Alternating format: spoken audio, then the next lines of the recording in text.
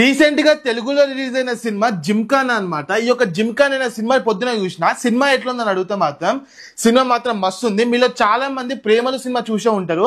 ఆ డబ్బింగ్ చాలా ఫన్నీగా ఉంటది, మంచి మంచి జోకులు వస్తా ఉంటాయి, మీమ్స్ వస్తా ఉంటాయి. సేమ్ అదే వాయిస్ ఇక్కడ ఉంటది అనమాట, కిర్రాక్ ఉంటది అనమాట. సేమ్ హీరో కూడా ఉంటాడు.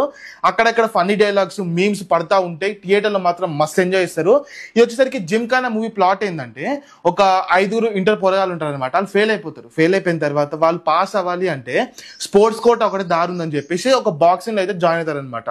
ఆ తర్వాత ఏం జరిగిందని ఉంటది. ఇది వచ్చేసరికి ఒక సీరియస్ స్పోర్ట్స్ డ్రామా అని కాదు. ఇది వచ్చేసరికి మొత్తం ఫన్నీగా అక్కడికి నడుస్తూ ఉంటది. సెకండ్ హాఫ్ లో చెప్తున్నా, బాక్సింగ్ సీన్స్ దగ్గర మీకు డిఓపి ఉంటది, కెమెరా డిపార్ట్మెంట్ కొత్త వాళ్ళు ఉంటది అనమాట. లైక్ అసలుకి ఆ డిపార్ట్మెంట్ డిఓపి మాత్రం ఎక్సలెంట్ జాబ్. రప్ప రప్ప రప్ప తిప్పుతాడు. హాలీవుడ్ సినిమాలు కూడా అట్లా ఉండదు అనమాట. నాకైతే మస్తు నచ్చింది కొన్ని సీన్లు. చెప్తున్నా సినిమా మాత్రం మస్తు పడితే అనిపిస్తుంది. మీ ఫ్రెండ్స్ తో చూస్తే మాత్రం ఇంకా పడితే అనిపిస్తుంది. నవ్వుకుంటారు, ఎంజాయ్ చేస్తారు. అండ్ గైస్, ఇది ఈ రోజు జిమ్ఖానా రివ్యూ. విండోస్ ఖచ్చితంగా లైక్ చేయండి, మన పేజ్ని ఫాలో కొట్టండి. ఇలాంటి రివ్యూస్, మూవీ సజెషన్స్ ఇంకా వస్తూ ఉంటాయి.